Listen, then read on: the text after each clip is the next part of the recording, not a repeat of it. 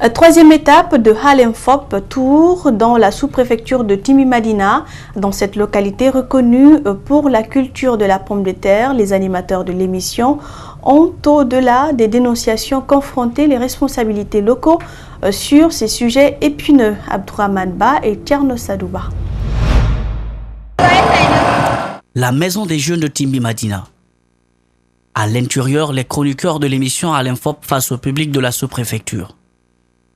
Comme le dit le concept, tout va se dire, surtout des sujets qui marquent l'actualité de la localité, notamment des conflits d'intérêts entre le directeur sous-préfectoral des jeunes et le responsable de la maison des jeunes.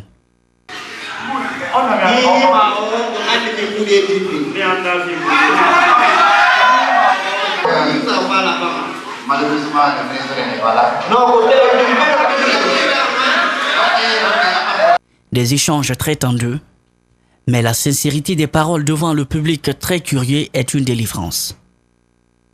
Cet exercice n'a pas été une partie de plaisir pour le DPJ suspendu. Timbi est notre dénominateur commun, parce que là, il y a un clan qui est monté, là, qui était là, préparé. Voilà, il fallait vaille que vaille crier. Des jeunes sont montés contre la mine. La mine est suspendue depuis janvier 2007.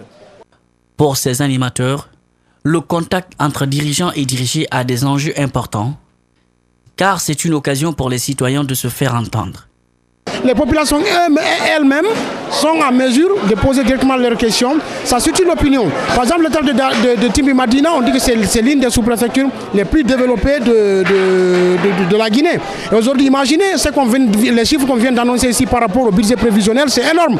Ça dépasse même la commune urbaine de Labé, une commune qui est de type A. Labé, c'est 2 milliards et quelques. Timi-Madina, une commune rurale qui aspire même à être une préfecture, à un budget prévisionnel qui va au-delà de 3 milliards.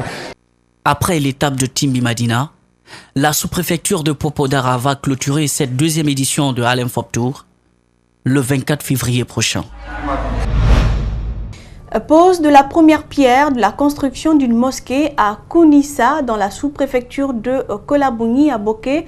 L'initiative est des fils et filles ressortissants des 4 villages vivant à l'étranger. Cette mosquée est l'acte 1 d'une série d'actions à réaliser dans leur village.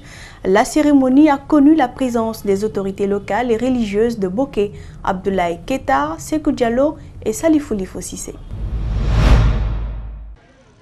Une grande mobilisation des fils musulmans, tous les villages ont répondu à l'appel de l'association des ressortissants guinéens de Kounissa, Faradala, Dar Salam et Biguéni vivant en France.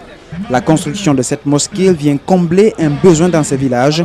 Le président de l'association espère voir achever cette mosquée au bout des 24 prochains mois. Vous savez, je ne suis pas architecte, mais si tous nos objectifs sont atteints, je crois que 2 ans c'est suffisant pour finir ce projet.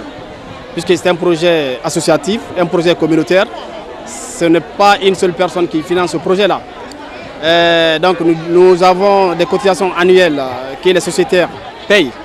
Et ce sont ces cotisations-là, avec l'aide des mécènes, qui nous permettent aujourd'hui de procéder à la pose de la première pierre. Je crois que si tout se passe bien, dans 2 ans, je crois que les travaux seront terminés. Les autorités religieuses se trouvent satisfaites de ce projet qui, selon elles, répond à une instruction divine et va contribuer à la promotion de la paix pour le pays. Le prophète sallallahu alayhi wa sallam, il a procédé à faire 3 choses. Les 10 années de la Mecque, il a appelé les gens à reconnaître l'existence de Dieu et son unicité, que Dieu est unique. Arrivé à Médine, le premier travail qu'il a commencé à faire, c'était la construction de sa mosquée bénite. Kounissa ici, c'est un village qui date longtemps, qui est là à pérenniser cette fraternité, l'entente entre tous les fils de ces 4 villages. L'ancienne mosquée avait été réalisée par sa famille. Le député maire de Boké se félicite de cette action à l'initiative des jeunes ressortissants de ces villages. Donc si ce jour-là, ce village béni de Diarra implante cette nouvelle mosquée, je ne peux que me réjouir d'être présent ici parce que je suis sur la terre de mes grands-pères. Je suis très content Et de tout ça, nous félicitons beaucoup les enfants de Kounissa et tout le Diarra de façon générale qui ont contribué à participer pour cette mosquée-là. La réalisation de l'édifice va coûter 350 000 €. À date, 125 000 ont été mobilisés. L'association compte sur toutes les bonnes volontés afin que ce projet s'achève. Un mot de sport dans cette édition. Le samedi dernier, les autorités sportives, culturelles, politiques et hommes de médias ont rendu un vibrant hommage à l'ancien président du AFIA 1977, Maurice Nkonkaba, décédé en 2015, a été aussi vice-président de la Fédération guinéenne de football. La cérémonie s'est déroulée à Kaloum. Le reportage est signé Moussa Kampossouma et Aboubakar Din Kamara. C'est un symposium organisé par le ministère des Sports, de la Culture et du Patrimoine historique à travers son secrétaire général Fodeba Istokera. Objectif, immortaliser la mémoire de l'ancien mécène du football et de la culture, Feu Maurice Nkonkaba. Cette retrouvaille a reconnu la présence des anciens gloires du AFIA 1977, des anciens journalistes sportifs et hommes de la culture qui ont fait des témoignages et des éloges sur Maurice Nkonkaba en présence de son épouse et quelques membres de sa famille. Il a tissé des relations d'une amitié profonde et durable avec les sommités du sport mondial. Le président Joao Abrange de la FIFA, Juan Antonio Samaranch du Comité international olympique, le président Ibn Kachouté Seba de la Conférence africaine de football.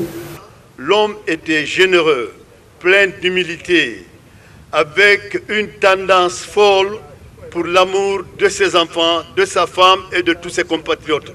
Et je crois que cela devrait être connu de tout le monde. Pour l'initiateur, l'objectif est atteint et s'est dit très touché par de nombreux témoignages sur Feu Maurice Nkonkaba.